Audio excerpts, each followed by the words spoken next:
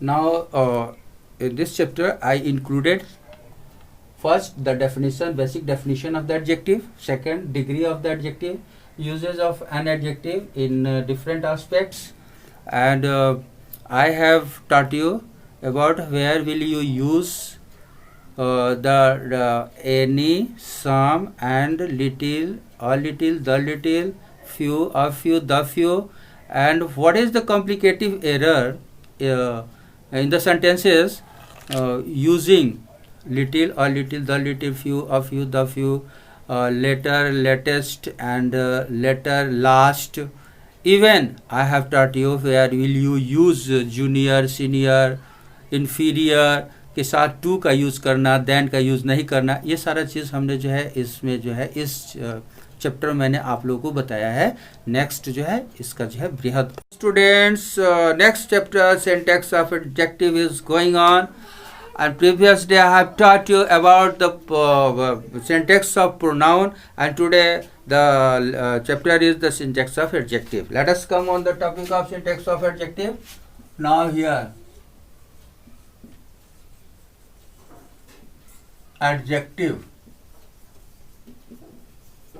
Yes, first I would like to explain that what is the adjective and what is the function of adjective, how many kinds of adjective. First, what is adjective? Now the question arises in your mind, and you can ask it that what is adjective. So without knowing nothing else, if you start to find the correction in given sentences, easily you cannot find, because without knowing nothing else, that what is adjective, how many kinds of adjective, and what are the importance of adjective in a sentence. Let us come here that to know what is the real definition of the adjective. Adjective. Adjective is a word. Adjective is a word. An adjective is a word. An adjective is a word which qualifies the noun and pronoun. Which qualifies noun and pronoun. Noun and pronoun. It is the real definition of the adjective. तो adjective जो है qualify करता है noun and pronoun को. ठीक, तो noun के पहले प्रयोग किया जाता है तो उसे एट्रीब्यूटिव यूज करते हैं. जब हम एडजेक्टिव का प्रयोग नाउन से पहले करते हैं तो इसको हम लोग एट्रीब्यूटिव यूज करते हैं. नाउन के पहले प्रयोग किए जाने पर पहला टिप्स ये है कि जब हम when we use an adjective before noun,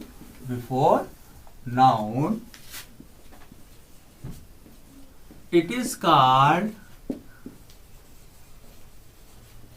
इसको क्या कहा जाता है, तो इसको हम लोग कहते हैं एट्रीब्यूटिव. इसको क्या कहते हैं, एट्रीब्यूटिव. एट्रीब्यूटिव हो गया तो एट्रीब्यूटिव यूज कहते हैं इसको एट्रीब्यूटिव यूज कहते हैं. ओके स्टूडेंट, तो ये हमारा एट्रीब्यूटिव यूज हो गया. जैसे एग्जांपल में, to take the example first, तो ये हमारा एट्रीब्यूटिव यूज जो है हमारा एडजेक्टिव का क्या है. जैसे a good book was bought by me. A good book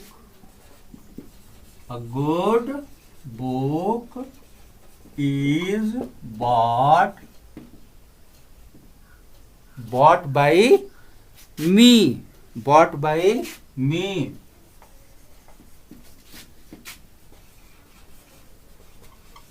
In given example, now I have given the first example of the attributive use. तो attributive use का a good book was bought by me. A good book is bought by me or was bought by me. Can easily write here was or is. Is bought by me. So now here I have given an example of attributive use. A good book, good is qualified. Which type of book? It is good, a good book. Which type of book? A good. And what type of the book? A good book. Is bought by me. By whom it is bought? By me. So easily it is the attributive use. Now to take the second example, an old man came here. Suppose, now I have second example, an old man came here. An old man, old, good.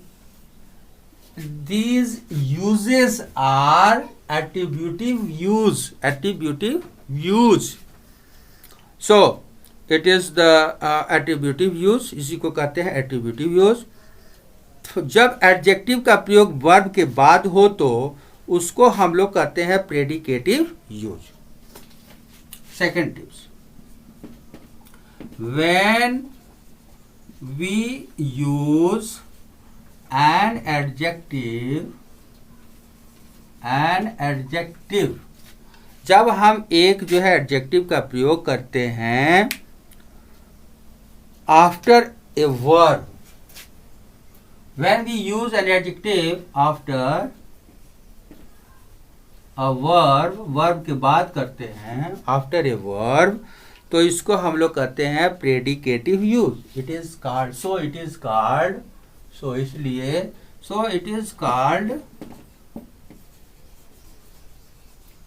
Predicative use.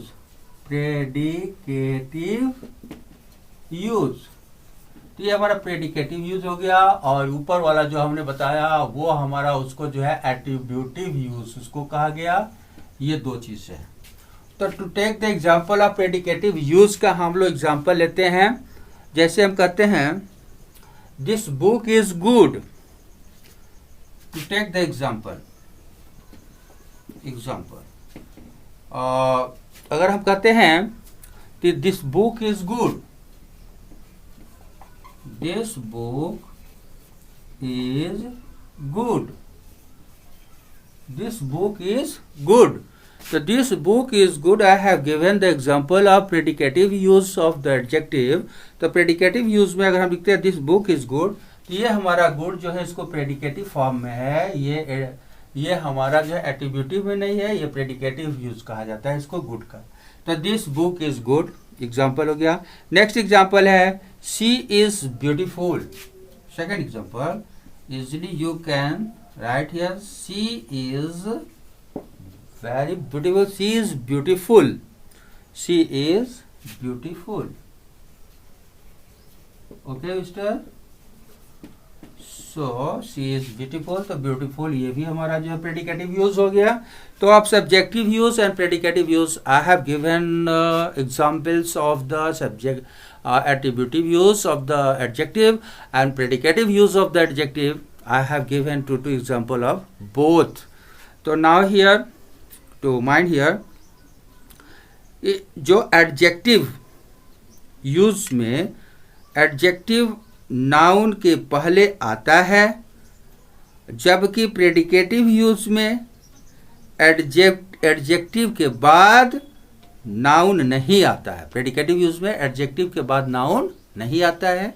तो इसमें दो चीज़ ध्यान रखना है कि जब हम जो है एट्रीब्यूटिव यूज़ करते हैं तो एडजेक्टिव जो है नाउन के पहले आता है और प्रेडिकेटिव यूज़ में हमारा जो है वो नाउन जो है प्रेडिकेटिव यूज़ में एडजेक्टिव के बाद नाउन नहीं आता है.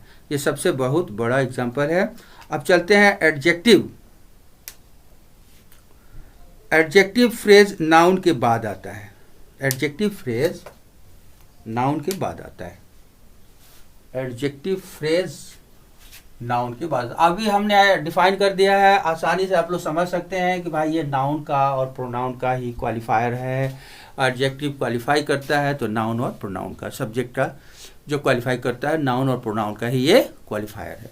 तो अब इसको जो है आप लोग ध्यान से सुनिए, देखिए आगे।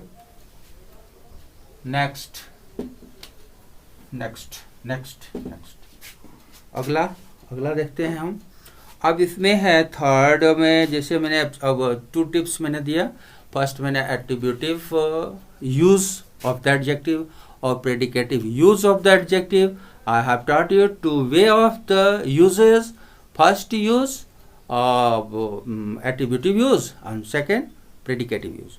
हम थर्ड चलते हैं कि एडजेक्टिव फ्रेज नाउन के बाद आता है। Adjective comes after phrase noun. Phrase जो होता है नाउन, फ्रेज नाउन के बाद आता है। तो adjective comes, adjective third tips है, एडजेक्टिव कम्स आता है after phrase noun, after phrase noun, after phrase noun के बाद आता है फ्रेज नाउन। ओके स्टूडेंट, तो ये फ्रेज नाउन के बाद आता है। To take the example of कि फ्रेज नाउन के बाद कैसे आता है, adjective comes after phrase noun के पश्चात जो है उसके बाद कैसे आता है। तो चलते हैं, हम एग्जांपल लेते हैं कि जैसे मैंने कहा कि Brutus was a man of high character. तो ब्रूटस वाज ए मैन, अगर मैंने लिखा Brutus, Brutus was a man, एक आदमी था। तो कैसा आदमी था? ब्रूटस वाज, हमने लिख दिया कि ब्रूटस वाज ए मैन, तो कैसा था? ऑफ हाई कैरेक्टर का था, of high character, high character का था, हाई कैरेक्टर का मैन था। कैसा मैन था? हाई कैरेक्टर का। तो हम ब्रूटस के बारे में आप लोग जानते होंगे कि ये हमारा ब्रूटस जो है जूलियस सीजर का एक कैरेक्टर है ब्रूटस। तो ब्रूटस का जो है कैरेक्टर जो है डेमोक्रेटिक माइंड का ब्रूटस था, और उसको कॉन्स्पिरेटर्स के द्वारा जो है कॉन्स्पिरेसी जो बनाई गई, the conspirator they made the conspiracy against of the Julius Caesar. The that time Brutus played a vital role, but and it was perfect. ये सही था कि ब्रूटस जो था वो सीजर का बहुत ही नज़दीकी था, लेकिन अब उसका कैरेक्टर के बारे में कहा जाता है कि वह कैरेक्टर बहुत अच्छा था, लेकिन कॉन्स्पिरेटर्स के द्वारा जो है उसका जो है जो मेंटालिटी थी, उसका जो व्यू था, उसका जो आइडियोलॉजी था वो चेंज हो गया, और वह कॉन्स्पिरेटर्स के साथ मिल करके षड्यंत्र में शामिल हो गया। तो ऐसे हमारा जो है यहाँ पर हमने एक एडजेक्टिव का जो है मैंने तरीका दिया कि Brutus was a man of high character. तो चलते हैं, ये जो मेरा मैन ऑफ हाई कैरेक्टर है ये हमारा एडजेक्टिव फ्रेज नाउन के बाद आता है। एडजेक्टिव फ्रेज जो है नाउन के बाद आता है।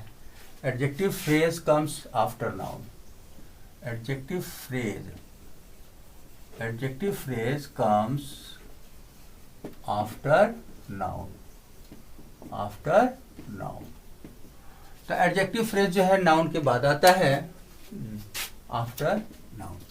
तो Brutus was a man of high character. ठीक, हमने यहां लिख दिया कि ये जो है ब्रूटस कैसा आदमी था? एक आदमी था, वो आदमी जो है हाई कैरेक्टर का था। तो यहाँ पर देखना पड़ता है कि बच्चों की यह जो है ब्रूटस वाज ए मैन, उसका एक जो है एग्जांपल हो गया कि ब्रूटस एक आदमी था ऑफ हाई कैरेक्टर का। ये एडजेक्टिव फ्रेज के बाद जो है, ये एडजेक्टिव फ्रेज नाउन के बाद आता है। तो ये हमारा एडजेक्टिव फ्रेज आ गया, हाई कैरेक्टर मेरा एडजेक्टिव फ्रेज हो गया, जो ये नाउन के ब्रूटस के बाद। और ब्रूटस वाज ए मैन, तो ये हमारा एक नाउन हो गया। तो ये नाउन फ्रेज है। ये मान लो कि नाउन जो है, ये अगर नाउन है तो नाउन के बाद जो है हमारा जो है ये जो है फ्रेज आ गया, एडजेक्टिव फ्रेज। इसको हम लोग एडजेक्टिव फ्रेज करते हैं, हाई कैरेक्टर हो गया। ये हमारा एडजेक्टिव फ्रेज है। ये क्या है? एडजेक्टिव फ्रेज है, एडजेक्टिव फ्रेज हो गया। जब चलते हैं, जैसे हम कहते हैं कि this boy in the corner is singing. The boy in the corner is singing. The boy, second example, to take the second example, the boy the boy, वो लड़का जो है, इन द कॉर्नर, कहाँ पर है, इन द कॉर्नर,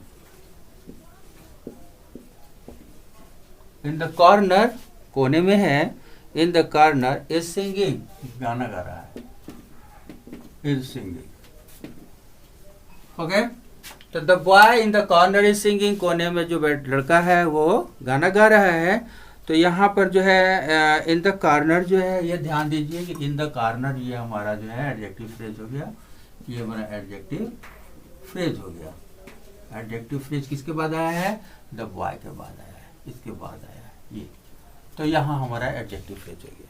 अब चलते हैं, तो एडजेक्टिव फ्रेज को ध्यान देना है बेटा कि बच्चों की एडजेक्टिव फ्रेज हमेशा जो है नाउन के बाद आता है, नाउन के पहले एडजेक्टिव फ्रेज नहीं आता है।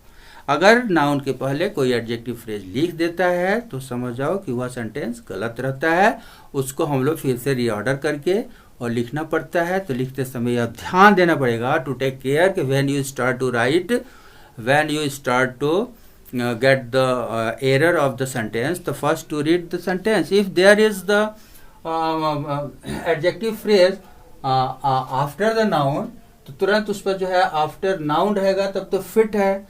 लेकिन अगर बिफोर नाउन है, अगर एडजेक्टिव फ्रेज बिफोर नाउन दिया रहता है, नाउन से पहले रहता है, तुरंत उस करेक्शन को, उसको करेक्ट कर लेते हैं और फिर तब लिखते हैं। ठीक है, अब लगते हैं नेक्स्ट जो है एडजेक्टिव के प्रयोग के मुख्यतः 3 अपवाद हैं इसके जो है, और विशेष इसकी 3 अवस्थाएं भी होती हैं, इस पर ध्यान दिया जाए।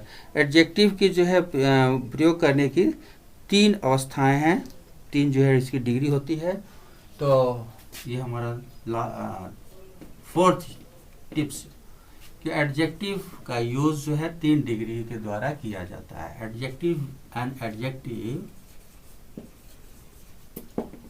Adjective is used by 3 degrees, by 3 degrees, 3 डिग्रियों के द्वारा इसका यूज किया जाता है। An adjective is used by 3 degrees. तो उसके 3 डिग्रीज कौन कौन से होते हैं, इस पर अब ध्यान देते हैं हम लोग कि 3 डिग्री कौन कौन सा है। जैसे हमने कहा कि Ram is a good man, suppose Ram is a good man, good man, I have written here Ram. What type of the Ram? What degree of the Ram? तो Ram जो है मेरा good है, यहाँ लिख दिया है Ram is a good man. Suppose next Sita is a beautiful girl. Second, she is a beautiful girl. Beautiful girl.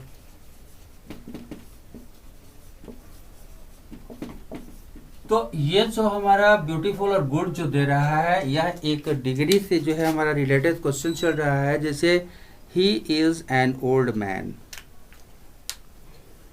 Okay, तो ये हमारा अब डिग्री के बारे में हम लोग जानने की कोशिश करें कि डिग्री का यूज़ जो है कैसे एडजेक्टिव के द्वारा होता है। तो सबसे पहले हम चलते हैं इसमें कंपेयर करने के लिए कंपैरेटिव डिग्री।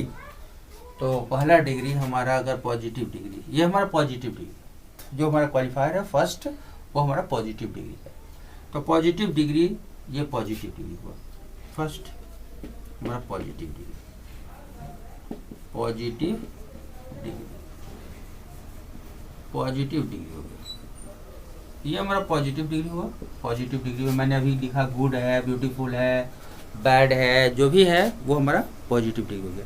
लेकिन जब हम कंपैरेटिव डिग्री में आते हैं बच्चों, व्हेन वी कम्स आते हैं इन कंपैरेटिव डिग्री में, तो हम क्या करते हैं, इस पर ध्यान दिया जाए। कंपैरेटिव डिग्री, कंपैरेटिव डिग्री, तो कंपैरेटिव डिग्री क्या है, इस पर ध्यान दिया जाए। तो कंपैरेटिव डिग्री कंपेयर करता है, मेक्स कंपेयर बिटवीन 2 ऑब्जेक्ट और 2 थिंग्स। जैसे हमने कहा कि Ram is better than Shyam, Ayush is better than others, others is better than Ayush. तो यहाँ पर जो है 2 का बीच का जो है कंपैरिजन बिटवीन 2 थिंग्स, 2 पर्सन, वस्तु व्यक्तियों के बीच जो है एक जो है कंपैरिजन होता है। तो इसको हम लोग कहते हैं कंपैरेटिव डिग्री। तो example of the comparative degree, ये कंपेयर करता है। जैसे Mohan is better than Sohan, Mohan is better than Sohan. Better than Sohan. Better than Sohan. But it is not enough for you. Only if I have defined that what is the comparative degree. Comparative degree means the comparison between two person or two object. It's not enough. But to come to the point and to know that when and how will change in comparative degree, तो first comparative degree में बदलने का कुछ नियम होते हैं, उसको ध्यान से सुनिए। विशेष कि कंपैरेटिव डिग्री में न्यूनतम दो व्यक्तियों वस्तुओं का होना आवश्यक होता है। कंपैरेटिव डिग्री में सामान्यतः देन का प्रयोग होता है। देन का प्रयोग जरूर करेंगे। दो चीज़ें हैं कि दो वस्तुओं के बीच का जो है कंपेयर करना, दो चीज़ों के बीच का एक कंपैरिजन करना, और कंपैरेटिव डिग्री में देन का प्रयोग करना अनिवार्य होता है।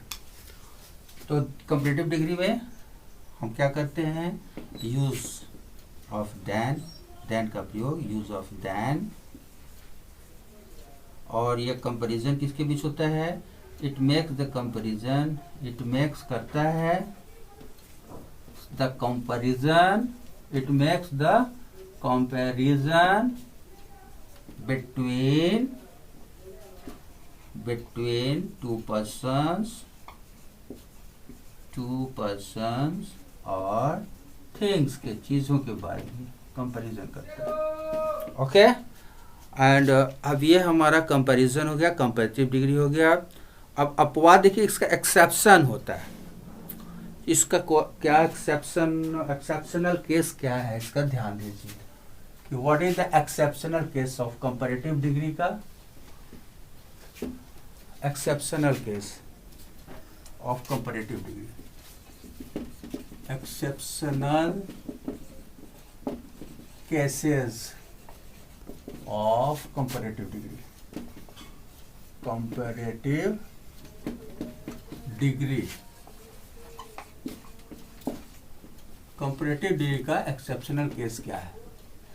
तो कंपैरेटिव डिग्री का एक्सेप्शनल केस पर विशेष ध्यान देना है कि इसका जो है एक्सेप्शनल केस ये होता है कंपैरेटिव डिग्री का कि जैसे जो है जूनियर है, सीनियर है, सुपीरियर है, इंफीरियर है, या तो प्रेफर है, तो इनसे पहले जो है इसके साथ जो है हम लोग देन का प्रयोग नहीं करते हैं।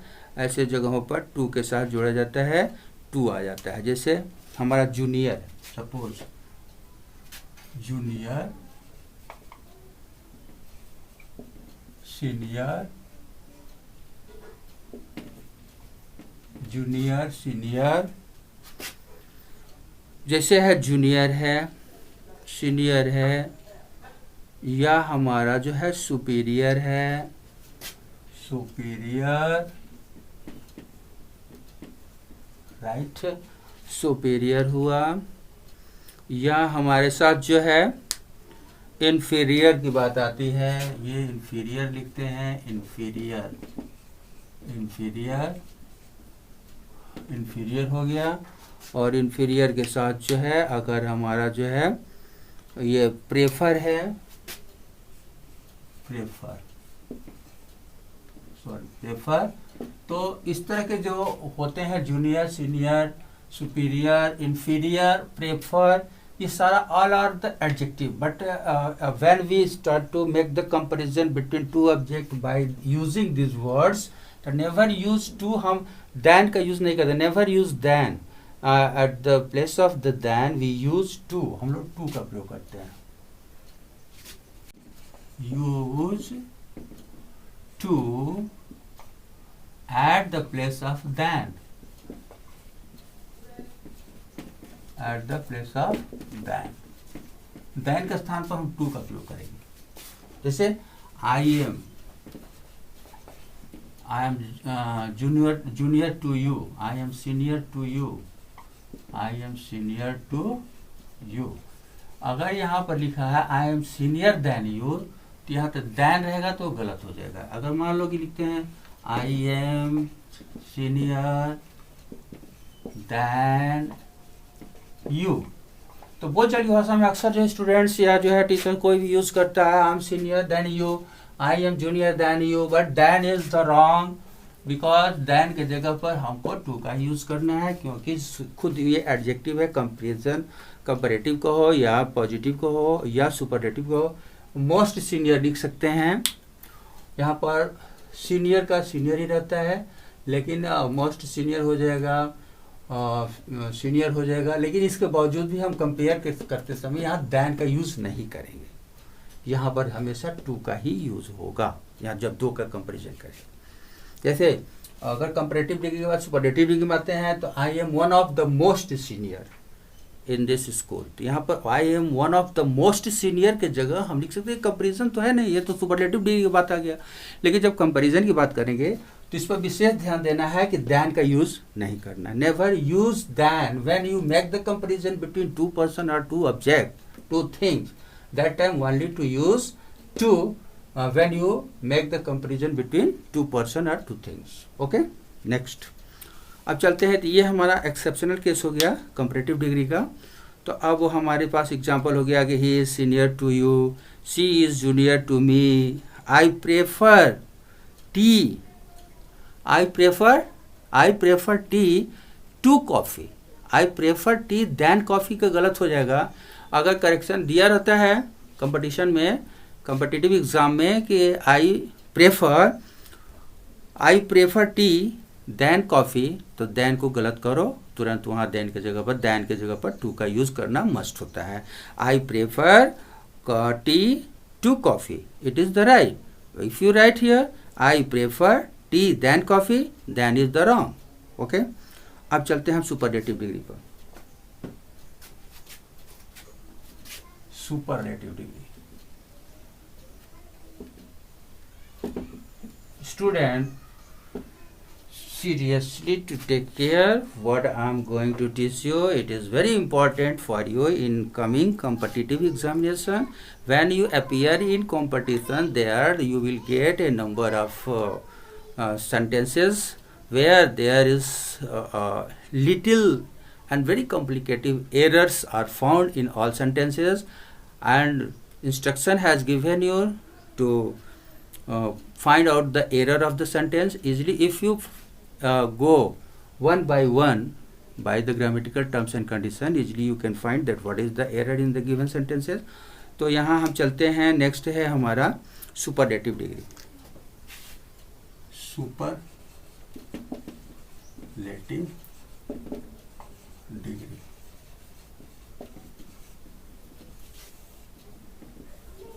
हाँ एक चीज़ है, अगर इस पर किसी प्रकार का कोई दिक्कत हो, if you are getting any problems when you start to read your matter at your home, at their home, तो that time to make a comment against of my given tips, if you want to know something better then to make a comment, I will try to teach you better and so better. Next superlative degree. Superlative degree में किसी व्यक्ति, वस्तु या गुण की तुलना उस वर्ग या श्रेणी के समस्त व्यक्तियों या वस्तुओं से की जाती है, माने वहाँ की सारी चीज़ों से उसकी जो है तुलना की जाती है। इसमें भी तुलनात्मक अध्ययन ही होता है, लेकिन उसमें जो है सुपरलेटिव होता है, सर्वोच्च कोटि से जो है उसका सबसे अच्छा के तरीके से एक का जो है दूसरे से माना जाता है। तो यहाँ हम चलते हैं, जैसे हमने एग्जांपल में लेते हैं कि Mumbai is the biggest city in India. अगर मैंने लिख दिया कि Mumbai is the biggest city in India, Mumbai, तो Mumbai is the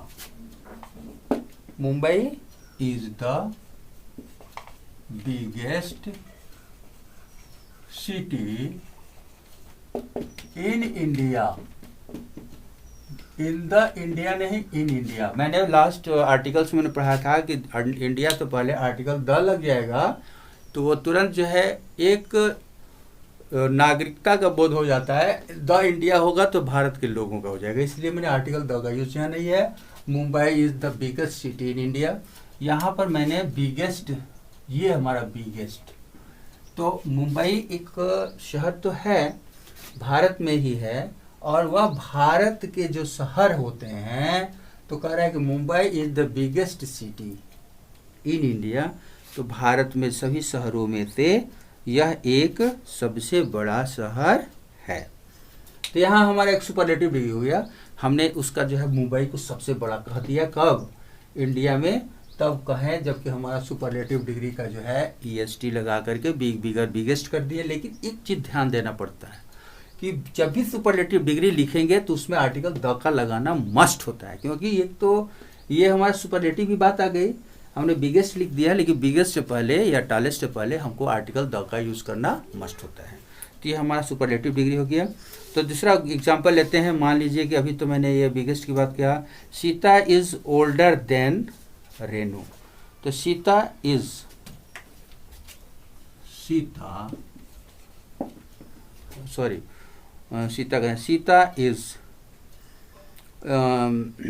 he is the wisest boy in the class. He is one of the wisest boy in his class. He is one of the wisest boy in his class.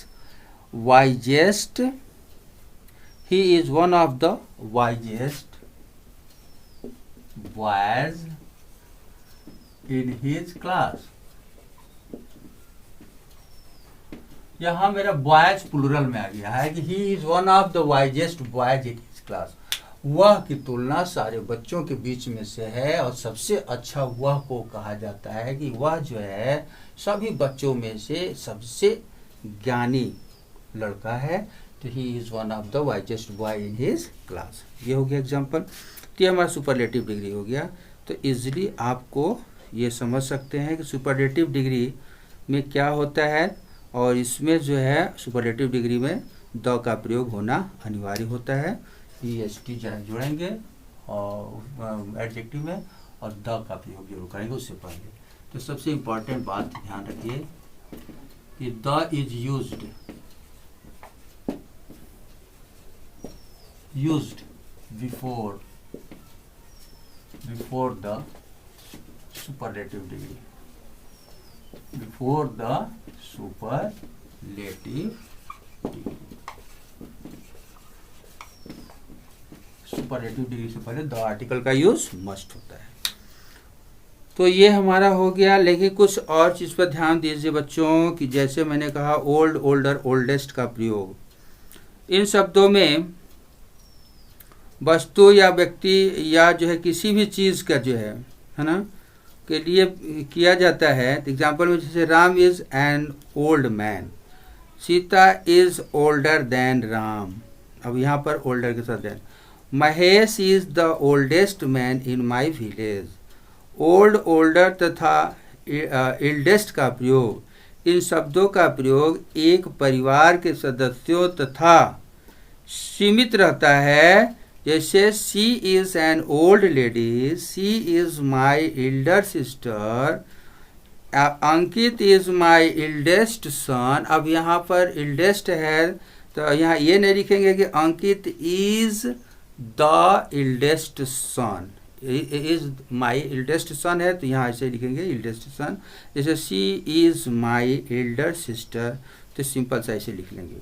Old के दो प्रकार के form होते हैं, old, older, oldest, और old, elder, eldest भी होता है। ओल्ड को हम ओल्ड, इल्डर, इल्डेस्ट भी लिख सकते हैं, ओल्ड, ओल्डर, ओल्डेस्ट भी लिख सकते हैं। इसमें कहीं लेकिन नहीं है, इसके दो फॉर्म होते हैं। एक को old, older, oldest, old, elder, eldest भी लिख सकते हैं। ओल्ड, ध्यान देने की बात है, ओल्ड, इल्डर और इल्डेस्ट यह भी लिख सकते हैं। ओल्ड का तीन फॉर्म ऐसे भी हो, ये भी फॉर्म होता है, ओल्ड, इल्डर, इल्डेस्ट, या इसको लिख सकते हैं ओल्ड, ओल्डर एंड ओल्डेस्ट, यह भी लिख सकते हैं। इसके दो फॉर्म होते हैं, इसको विशेष ध्यान देना है। इसमें कोई ज़्यादा सोचने की बात नहीं है, तो बहुत आसान बात है कि ओल्ड के जो है हम दो फॉर्म के तरीके से लिख सकते हैं, old, older, oldest, old, elder, eldest. अब हमारे पास जो है correct use of some words, कुछ शब्दों का प्रयोग जैसे दिया है, सम का प्रयोग अफर्मेटिव सेंटेंस में तथा एनी का प्रयोग निगेटिव या इंट्रोगेटिव सेंटेंस में किया जाता है। ध्यान देने की बात है, बहुत ही इंपॉर्टेंट बात है, very very important rules for you कि सम हमेशा some is used for affirmative sentence. Some is used for affirmative sentence. Some SOME some is use प्रयोग किया जाता है फॉर अफर्मेटिव सेंटेंस। इसका प्रयोग कहाँ किया जाता है? अफर्मेटिव सेंटेंस में। तो some is used for affirmative sentence में इसका प्रयोग करेंगे, अफर्मेटिव सेंटेंस। जबकि ये तो हमने कह दिया कि सम का यूज जो है हमारा अफर्मेटिव में हो जाएगा, लेकिन एनी का यूज, एनी इज यूज्ड प्रयोग किया जाता है in negative and interrogative, in negative and interrogative,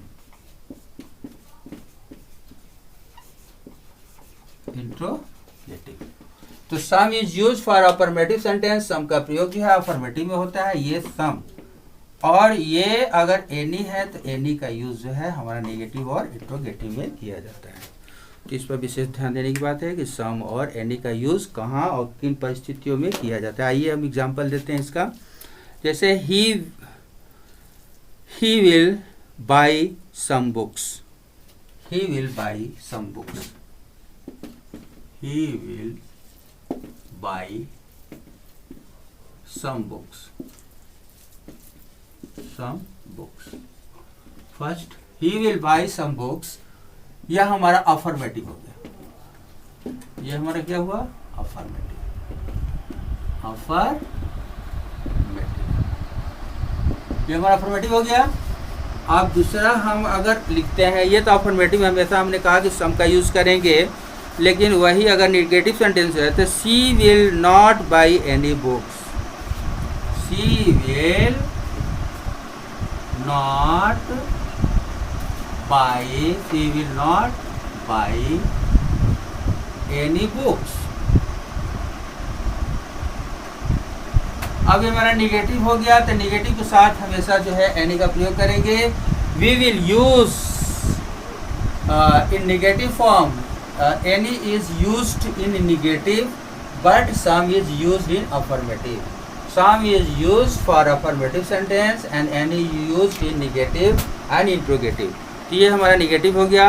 अगर हम इंट्रोगेटिव है, have you bot any books, third में जिससे मैंने इंट्रोगेटिव लिखा, have you bot any books. बच्चों, स्टूडेंट्स ध्यान दो कि अगर सम इसके जगह पर लगा देते हैं तो ये गलत हो जाएगा। She will not buy some books अगर लिखते हैं she will not buy some book, तो यहाँ पर जो है अगर सम लगाते हैं तो निगेटिव में सम का प्रयोग नहीं होगा। अगर हम यहाँ भी अगर लगाते हैं have you bought some books, यहाँ सम इसके जगह पर लगाएंगे तो ये गलत हो जाएगा। इसलिए क्योंकि यह निगेटिव फॉर्म में जो है हमने बताया अभी तुरंत कि एनी का यूज हमेशा निगेटिव में और इंट्रोगेटिव में होता है। तो हमने निगेटिव में यहाँ लगा करके मैंने दिखाया एनी की जगह पर अगर सम रहेगा, अगर निगेटिव सेंटेंस है, if the sentence is in negative form and that time if the any के at the place of any some is used at the place of any, तो removes the some and write here any because it is in negative form.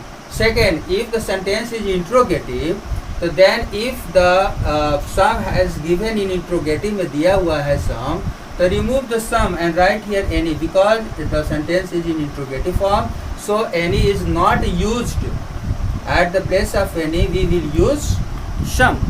So we will use any at the place of sum because it is in interrogative form, right? तो ये हमारा सम और any का use हो गया, इस पर विशेष आप ध्यान देंगे। उसी तरह से हमारा विशेष है हार्डली है, स्कार्सली है, बेयरली है, ये सब जितने भी हैं सेमी निगेटिव है, इसको हम लोग सेमी निगेटिव कहते हैं, ये आधा निगेटिव में माना जाता है। अतः इनके भाव भी एनी का ही प्रयोग होता है, इसमें भी एनी का प्रयोग करेंगे। जैसे हार्डली है, स्कार्सली है या बेयरली है, ये सब सेमी निगेटिव इसको माना जाता है। अब इसको ध्यान दीजिए कौन कौन सा है। और अभी हमने क्या क्या बताया, अभी मैंने कहा जस्ट कि अगर कुछ ऐसे वर्ड्स होते हैं जैसे हार्डली, बड़ी मुश्किल से, तो हार्डली का यूज़ करते हैं, बड़ी मुश्किल से लिए हार्डली फर्स्ट।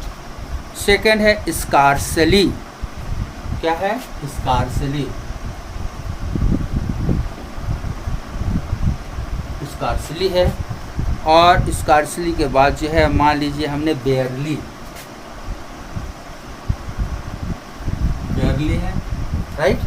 और उसी तरह से बेयरली है और बेयरली, ये सारा चीज़ जो है इसको हम लोग सेमी निगेटिव कहते हैं। तो क्या कहते हैं, what we call it semi negative. तो क्या कहेंगे, सेमी निगेटिव। मतलब सेमी निगेटिव मतलब कि ये भी जो है आधा जो है ये निगेटिव का कार्य करता है, इसको सेमी निगेटिव कहते हैं। तो यहाँ भी जो है हमको एनी का ही प्रयोग करना है।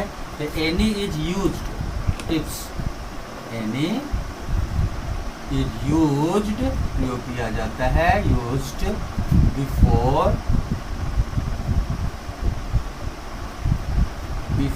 हार्डली,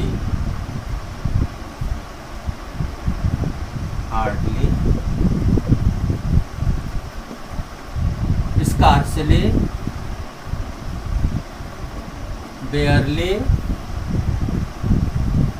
ओके स्टूडेंट, तो ये इसके साथ हम लोग यूज़ करेंगे। इसको विशेष आपको ध्यान देना पड़ेगा कि ये किन परिस्थितियों में इसका यूज़ किया जाता है।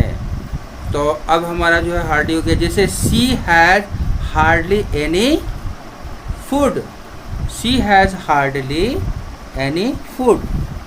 अगर हम यहाँ क्या बोल देते हैं, she has hardly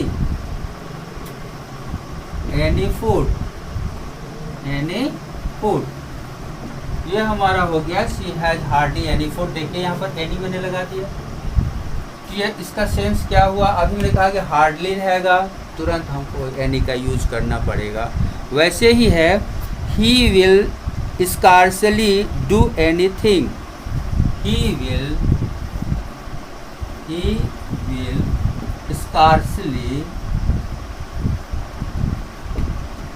will scarcely do anything, scarcely do anything। देखिए हमने एनी लगा दिया, scarcely do anything, आफ्टर जो है उसके बाद जो है, तो used after,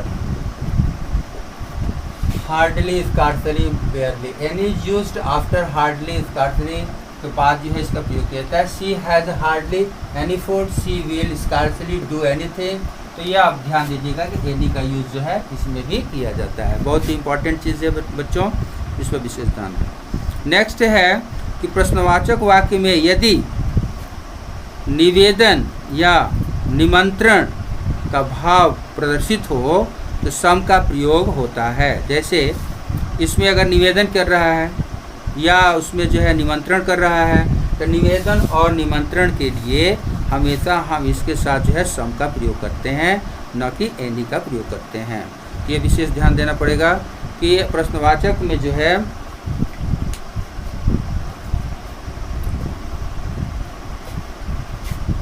ध्यान देना है बच्चों कि जैसे अगर हमने लिखा कि यदि प्रश्नवाचक वाक्य में यदि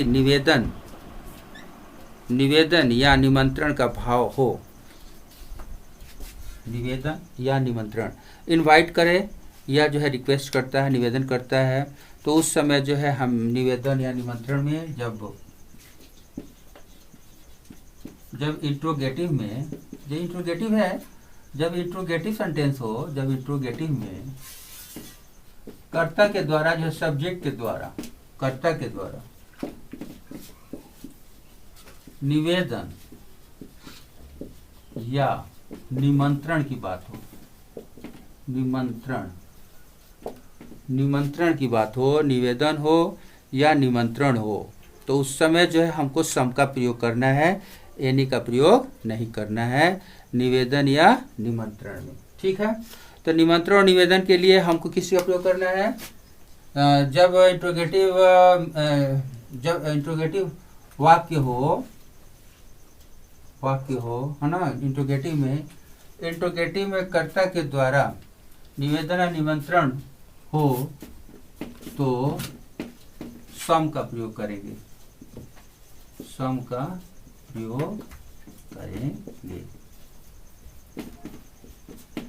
इस बात को ध्यान रखें। अब चलते हैं, इसका एग्जाम्पल लीजिए। जैसे एग्जाम्पल में हम कहते हैं will you have some coffee, will you have some coffee, will you give me some money please, will you give me some money please. तो वहाँ पर एनी का प्रयोग नहीं, will you give me some money. तो यहाँ पर निवेदन या जो है निमंत्रण की बात आता है, will you have some coffee, will you have some coffee. यहाँ लिखेंगे will you have some coffee, will you have some coffee. इस पर विशेष बेटे ध्यान दें, यह रहा। अगर वैसे ही लिखते हैं क्रेडिट करना है, किसी से पैसा लेना है तो हमको प्लीज लगाना पड़ेगा, उसे तो लेना है, तो वहां पर तुरंत लिखेंगे will you give me some money please, will you give me some money please. अब देखिए यहाँ पर निवेदन है, तो जब निवेदन कर रहे हैं will you give me some money please, तो यहाँ पर अफर्मेटिव सम का यूज करेंगे, हम निगेटिव का यूज नहीं करेंगे। जबकि मैंने लिखा है कि इंट्रोगेटिव में हमारा एनी का यूज करना है, लेकिन इन कंडीशन, ये कंडीशन रहेगा ना इंट्रोगेटिव का, जहाँ पर निवेदन हो या निमंत्रण की बात आता हो, तो निमंत्रण और निवेदन के समय में यह इंट्रोगेटिव में हमेशा हमको सम लगाना है। लेकिन अभी हमने ऊपर लिखा था कि जब इंट्रोगेटिव होगा तो एनी का यूज करना है, लेकिन जरूरी नहीं है कि एनी का यूज करेंगे। एनी उस समय ये चेंज होकर के सम में हो जाता है। जैसे कि हमने निवेदन किया will you give me some money please, will you adverb है, एनी जो है एडजेक्टिव को मॉडिफाइड करता है। तो नॉट जो है हमारा, सॉरी नॉट हमने कहा था कि नॉट जो है हमारा एडवर्ब है, और नॉट जो है क्या है, एडवर्ब है। तो जब एडवर्ब रहेगा नॉट, तो यह जो है एनी एडजेक्टिव को जो है मॉडिफाई करता है। एनी हमारा एडजेक्टिव है, तो एनी एडजेक्टिव है तो इसको मॉडिफाई करने के लिए हमारा नॉट का यूज किया जाता है। जबकि नो जो है, नो एनी दोनों एडजेक्टिव है, नो और एनी क्या है, दोनों एडजेक्टिव है। तो अब एक एडजेक्टिव दूसरे एडजेक्टिव का क्या क्वालिफाई करेगा? तो नो भी एडजेक्टिव है, एनी भी एडजेक्टिव है, तो नो और एनी जब दोनों एडजेक्टिव होंगे तो दोनों का क्वालिफाई करने की बात ही नहीं बनता है, इसलिए गलत है। जबकि हमने कहा कि नॉट जो है एडवर्ब है और एनी एडजेक्टिव, तो एडजेक्टिव जो है एनी एडजेक्टिव को मॉडिफाई करता है, नॉट जो है हमारा एडवर्ब, तो जब मॉडिफाइड करेगा तो यहाँ यूज़ कर सकते हैं।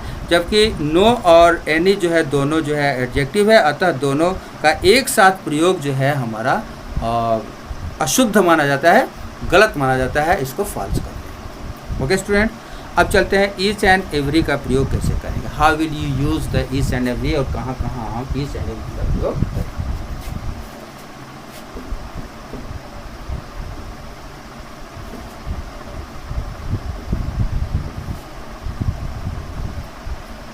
Use of each and every,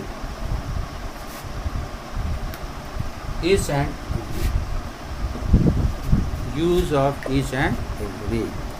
student ध्यान देने की बात है, अभी हमने जो भी चीज़ कहा कि नॉट एनी होगा, नो एनी नहीं होगा, इसका वजह क्या है, इसका वजह क्या है? तो इसका वजह अभी मैं बता रहा हूँ आप लोगों को। एक लिटिल ब्रेक फॉर दिस, या तो नो एनी गलत है, जबकि नॉट एनी सही है। इसको विशेष ध्यान देना पड़ेगा कि नो एनी और नॉट एनी का प्रयोग होना चाहिए, नो एनी का प्रयोग नहीं होना चाहिए। सम का प्रयोग अफर्मेटिव में होगा या कंफर्म में, सम का प्रयोग निगेटिव में नहीं होगा, यह भी confirm.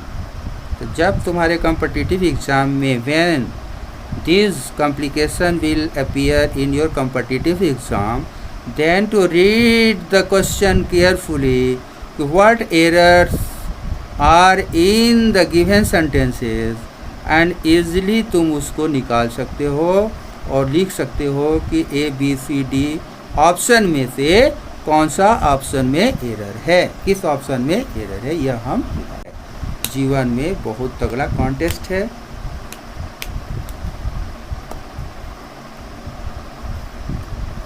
Come to the topic.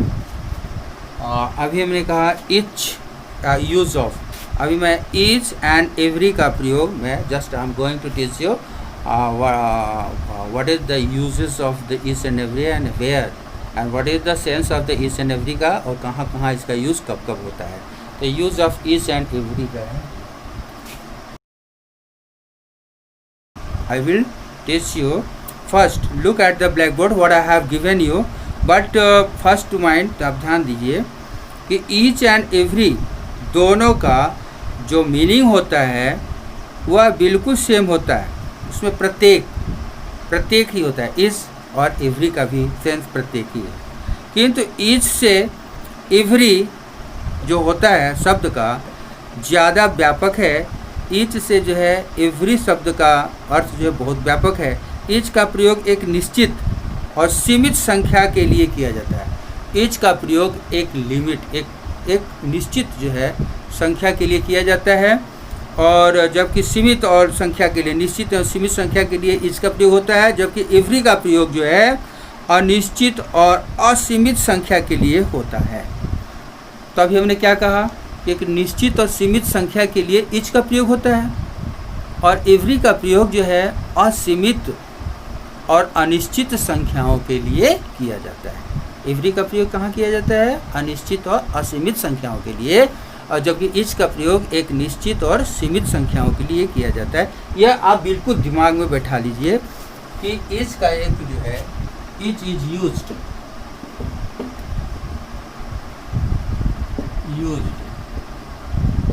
For limit, each is used in the sense of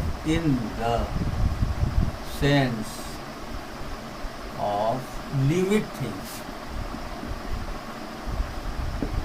limit निश्चित एक लिमिट थिंग्स के लिए किया जाता है। इस का प्रयोग हमेशा एक लिमिट वस्तुओं के लिए किया जाता है, यह बात ध्यान रखने की बात है।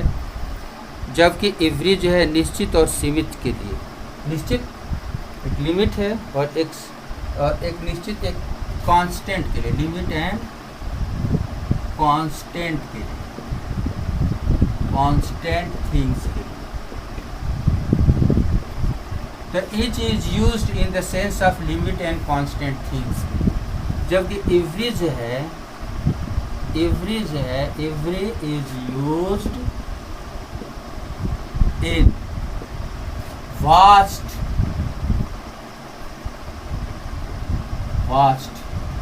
and innumerable constant के लिए, innumerable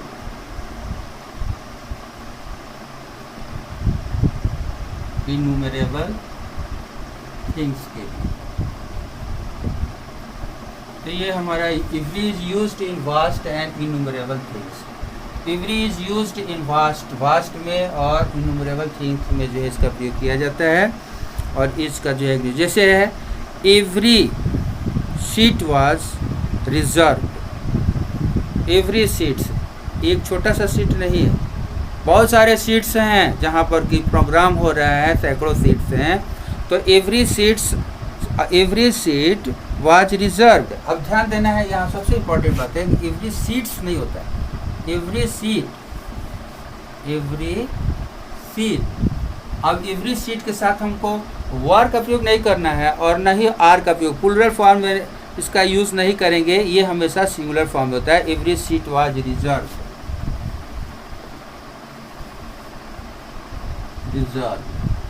every seat was reserve, यहाँ पर सिंगुलर फॉर्म। और यहाँ देखना है कि एवरी सीट्स नहीं होता है, सीट होता है, एवरी सीट वाज रिजर्व। ये सबसे इम्पॉर्टेंट बात है, इस पर ध्यान देंगे। जैसे हमने कहा कि every seat was reserved, 2 girls were seated in each bench. 2 girls, 2 लड़कियां हो गई एग्जाम्पल में 2 गर्ल्स। अब एक सीमित में हो गया 2 गर्ल्स, देख लीजिए ध्यान देने की बात है स्टूडेंट्स, यहाँ 2 गर्ल्स हो गई, एक लिमिट हो गया 2 गर्ल्स। अब यहाँ पर हमने लिखा 2 गर्ल्स वर सीटेड, बैठाई गई थी, सीटेड, ठीक है। 2 girls were seated on each bench, on each bench. अब यहाँ पर ध्यान देने की बात है कि अगर हम 2 गर्ल्स वर यहाँ पर लिखे सीटेड ऑन ईच के जगह पर एवरी बेंच लिख देंगे तो गलत हो जाएगा, क्योंकि मेरा सब्जेक्ट यहाँ पर एक लिमिट में है कि 2 गर्ल्स हैं, 2 गर्ल्स दिया हुआ है, एक लिमिट में, ये लिमिट में है और लिमिट में रहेगा, अनलिमिट और लिमिट की बात है तो लिमिट में रहेगा। देख रहे हो ना, तो यहाँ पर ईच जो है हमने लगा दिया क्योंकि यहाँ एक लिमिट है। यहाँ एवरी मैंने लगा दिया वाज रिजर्व, तो यह सीट जो है अनलिमिट है, इसलिए मैंने यहाँ पर एवरी का यूज़ मैंने कर दिया। तो जहाँ लिमिट और लिमिट है वैसे हिसाब से हम इसमें लगाएंगे और इसमें कोई विशेष चीज़ नहीं। चलते हैं लिटिल, ए लिटिल और द लिटिल। लिटिल तो तीनों, लेकिन थोड़ा सा जो है हटा देने से बहुत इसमें जो सेंस में अंतर आ जाता है, इस पर ध्यान देते हैं। हाँ स्टूडेंट माइंड हियर कि use of little, a little और द लिटिल। चलिए little, a little and the little, ये 3 चीजें हैं, little, a little, the little. अब इसका यूज हमको कहाँ करना है, किन परिस्थितियों, तो ध्यान से सुन लीजिए पहले मेरी बात को, carefully to listen my words what I am saying you. First, ये रिमार्क लगाने की बात है और रिमार्केबल चीज़ है, it's a very remarkable for you. Little का अर्थ जो है हार्डली एनी, कुछ नहीं से होता है। लिटिल का मतलब होता है कुछ नहीं होता है, कुछ नहीं का सेंस में ही होता है लिटिल। तो चलते हैं, हार्डली एनी का प्रयोग जो है और लिटिल के साथ, लिटिल का सेंस होता है हार्डली एनी का, मतलब कुछ नहीं से होता है। इसका प्रयोग सामान्यतः नेगेटिव सेंटेंस में होता है। लिटिल का प्रयोग कहाँ होता है, सामान्यतः जनरली हम इसको निगेटिव में ही इसका यूज़ करते हैं, जब भी केवल लिटिल रहेगा तब लिटिल का प्रयोग हम सामान्यतः जो है निगेटिव में प्रयोग किया जाता है। तो इसका अर्थ क्या होता है, हार्डली एनी। लिटिल का मीन्स होता है, little means hardly any, hardly any. And it is use, इसका प्रयोग किया जाता है, इट इज यूज्ड, है ना, generally it is used, sorry, generally it is used in negative form में इसका प्रयोग किया जाता है। Generally it is used in negative form. जैसे कहते हैं कि there is little hope of the success, मतलब कि आशा का माने कोई भी उम्मीद नहीं है, तो there is little hope of his success. Example पर एग्जाम्पल देखिए, देयर इज, ठीक है, तो देयर इज लिटिल होप हमने कह दिया छोटा, there is little hope, there is little hope of his success, of his. Okay student, तो यहाँ पर हमने लिटिल लगा दिया तो नहीं के बराबर है, मान के चलना है कि उसको जो है सफल होने की कोई उम्मीद नहीं है। There is little hope of his success, negative की बात होगी। लेकिन वही अगर इसके जगह पर लिखते हैं, एक और उदाहरण ले लीजिए इसका, there is little water in the picture, घड़े में एकदम पानी नहीं है जी, और वहाँ इसको बात को अगर लिखना है, अगर कोई लिख दिया there is little water, little water in the picture, in the bucket, बाल्टी में जो है ना के बराबर पानी है, मतलब पानी बिल्कुल नहीं है, ये मान के चलना है कि उसमें कुछ नहीं पानी है। तो इसलिए जो है हमको लिटिल का सेंस जो है निगेटिव ही होता है, तो इस पर विशेष ध्यान देना कि हार्डली एनी मतलब कि बड़ी मुश्किल से एकदम ना के बराबर। तो इसको विशेष रूप से आप ध्यान देंगे बच्चों कि निगेटिव का यूज़ में जो है ये लिटिल जो है एक निगेटिव फॉर्म में ही इसका यूज़ किया जाता है, एक तरह से निगेटिव ही होता है। ठीक है, अब चलते हैं ए लिटिल का अर्थ क्या होता है। अब तो लिटिल का हो गया, अब ए लिटिल के बाद जो है हमको देखना है कि ए लिटिल का प्रयोग जो है कैसे करेंगे। तो ए लिटिल का मतलब होता है कि some though not much, some though not much, पर थोड़ा सा, उतना अधिक नहीं। सम दाउ नॉट मच, हम लिखते हैं सम दाउ नॉट मच। इसका मतलब होता है द लिटिल का सेंस होता है सेकेंड ए लिटिल में, a little, sorry, a little is used, इसका प्रयोग किया जाता है। सम दाउ नॉट मच, बहुत ज़्यादा तो नहीं लेकिन थोड़ा, सम दाउ। अब इसका यूज़ होता है ए लिटिल का यूज, तो हम कहते हैं कि some though not much, some though as some though not much. ठीक है, तो हम इसका प्रयोग इस सेंस में करते हैं कि उतना नहीं लेकिन कुछ थोड़ा। इससे क्या मतलब निकला कि कुछ थोड़ा का सेंस आ रहा है, कुछ थोड़ा, कुछ थोड़ा, ये हमारा हो गया कुछ थोड़ा का सेंस में। इसको आप ध्यान देंगे। अब जैसे एग्जाम्पल में हम बोलते हैं कि a little knowledge is a dangerous thing, अल्प ज्ञान भयंकर हो, थोड़ा ज्ञान बहुत ही खतरनाक होता है। तो a little knowledge is very dangerous things, यहाँ लिख सकते हैं कि a little knowledge is very dangerous thing, is very dangerous. Little knowledge is very dangerous हमने लिख दिया। तो इसको ध्यान देना है कि ये हमारा ए लिटिल का मतलब थोड़ा ज्ञान। ए लिटिल का सेंस क्या हुआ, थोड़ा ज्ञान, अल्प ज्ञान, इसको कहते हैं कि अल्प ज्ञान। ज्ञान है लेकिन अल्प ज्ञान, जिसको हम कहते हैं कि थोड़ा सा ज्ञान है।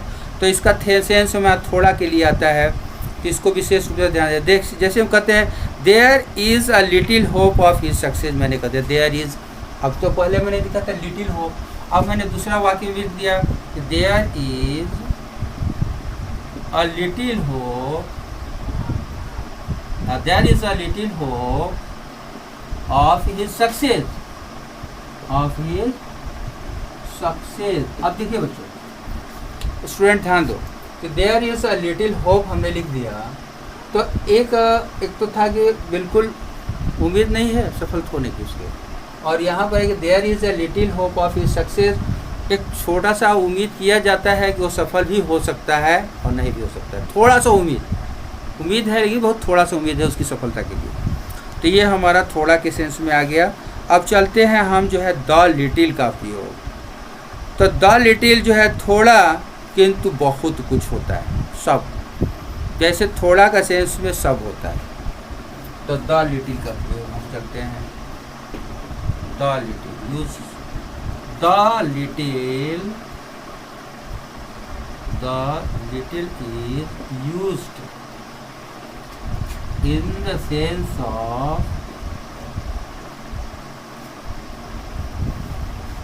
इसका प्रयोग जो है हम लोग किस तरीके से करते हैं द लिटिल का। तो द लिटिल का प्रयोग जो है थोड़ा किंतु सब, थोड़ा, the little is used in the sense of something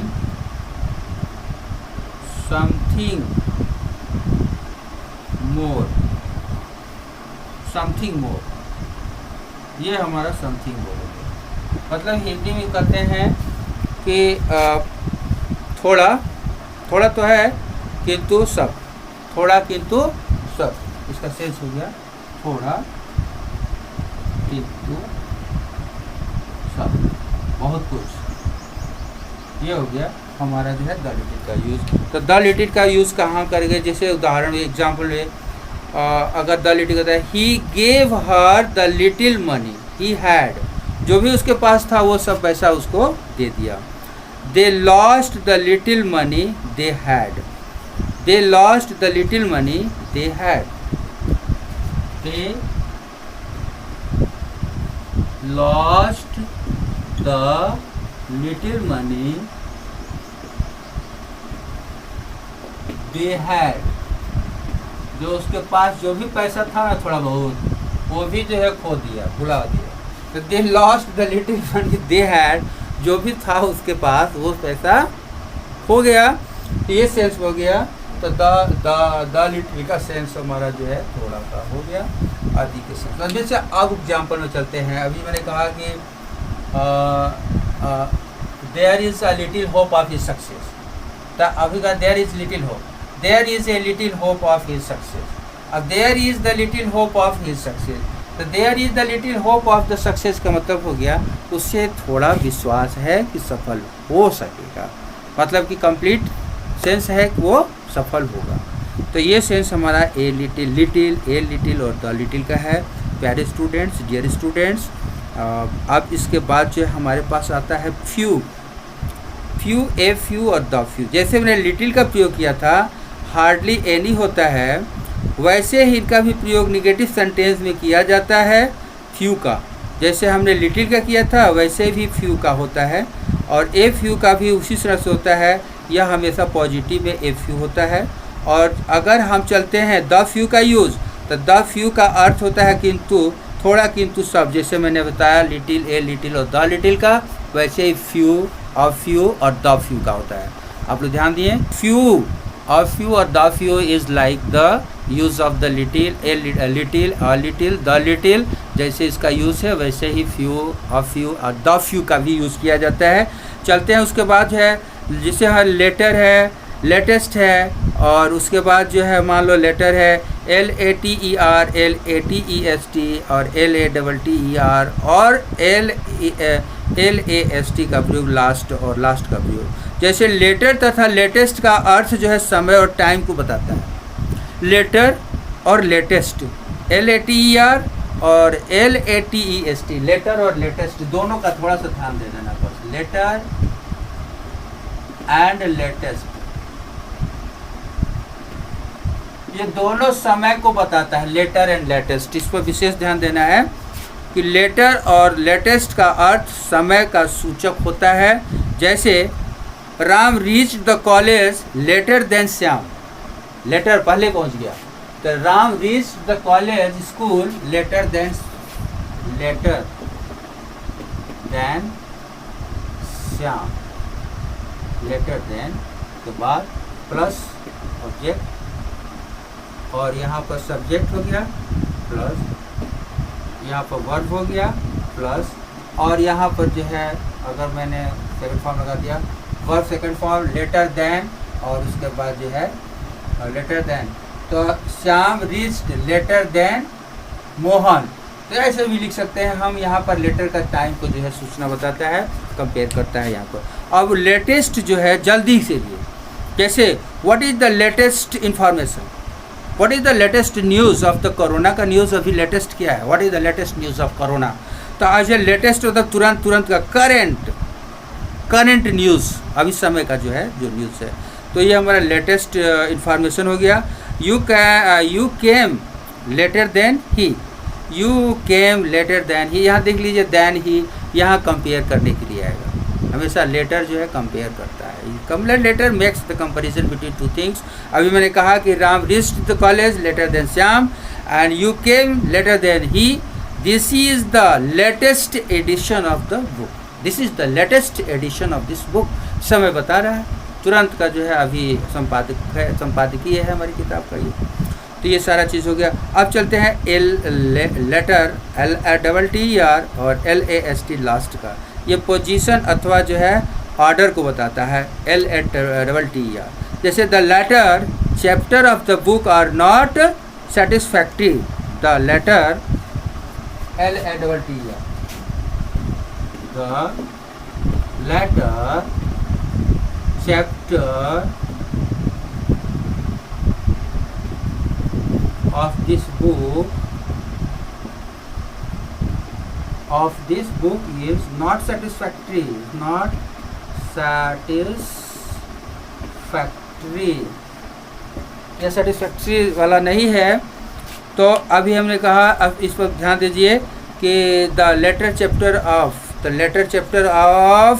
this book, latter chapters of this book, the तो लेटर चैप्टर्स अगर लगाते हैं, यहाँ पर चैप्टर्स लगा देते हैं, chapters of this book are हो जाएगा, बहुत सारे चैप्टर, एक तो चैप्टर नहीं है, आर नॉट सेटिस्फैक्ट्री, तो इसमें हमारा जो है लेटर का यूज़ होगा। इस बात पर विशेष आप ध्यान देंगे कि ये हमारा लेटर हो गया। तो लेटर और लास्ट जो है स्थिति, पोजीशन और ऑर्डर का बोध कराता है। लेटर और लास्ट जो है, latter and last, latter and last, LAST, last, यह पोजीशन, हाँ यह जो है पोजीशन तथा ऑर्डर का बोध कराता है, ऑर्डर का बोध कराता है। ये हमारा हो गया तुम्हारा चैप्टर बच्चों। तब ये हमारा लास्ट ये है। उसके बाद एडजेक्टिव के संबंध में विशेष जानकारियाँ हम अगले एपिसोड में, अगले जो हमारा टिप्स होगा उसमें देंगे। Okay, it's my wish for you to read it at your home.